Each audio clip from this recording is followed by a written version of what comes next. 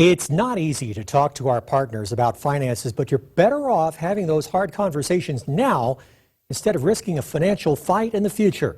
Local professional Brian Mirau from Mirau Capital is here to share the top missteps couples make when it comes to their wallets and how to avoid them. Hi, Brian. What are the biggest money mistakes you see couples making? Hi, Mark. Well, thanks for having me today. You know, there's three money mistakes that we see quite often. The first mistake that we see that couples make is, first of all, lack of communication. You know, financial disagreements are one of the top reasons couples get divorced.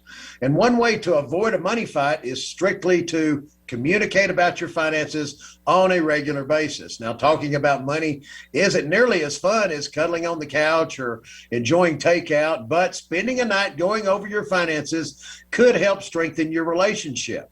Now, the second mistake that we see people make is what we call financial infidelity.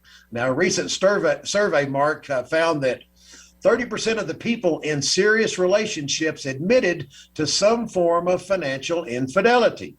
Now, that could be anything from hiding a bank account or credit card or lying about how much debt that they have.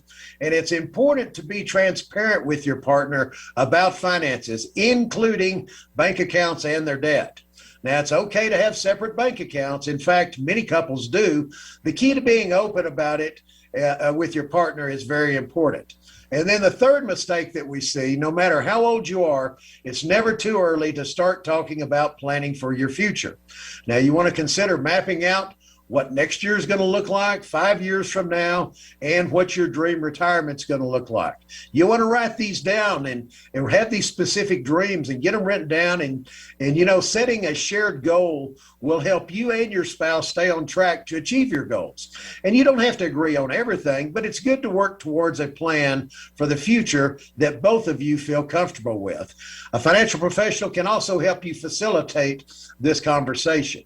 All right, Brian, so what questions should we be asking our partners?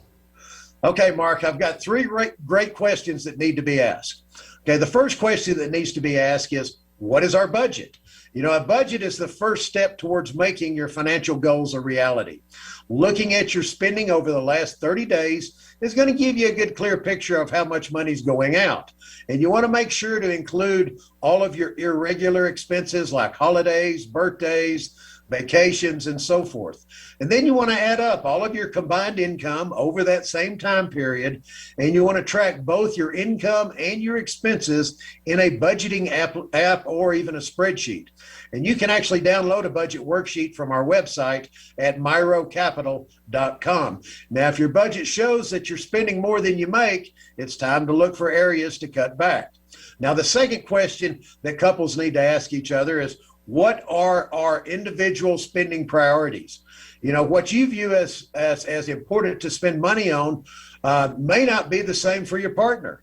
You want to sit down together and figure out each other's spending and saving priorities. You want to know where your day-to-day expenses are going and how you can factor them into your budget. For example, if your partner likes to eat out rather than fixing lunch and taking it to work, you want to be aware of that. And now that you and your partner are both aware of that, you can set aside money for that expense. And now they have the freedom to go out for lunch on their breaks, and you don't have to worry about cutting corners somewhere else. And then the third question, Mark, is how are you going to tackle debt? Okay, once you've made a budget, you want to determine how much you can dedicate towards paying off debt each month. You know, the pandemic continues to make life harder for couples financially, and the average household has more than $155,000 in debt between mortgages, credit cards, auto, and student loans. Now, if you and your partner have student loans, now may be a good time to utilize the freeze on repayments. Or if you can afford it, keep making those payments and take advantage of the zero interest that's being offered right now. You know, debt is one of those serious things that can seriously derail your financial future as a couple and can impact your ability to save for retirement. Now, having a plan is the key to getting out of debt and staying debt-free. Brian Mirau with Mirau Capital Management. As always, thanks for coming on. Mark, thank you so much for having me today.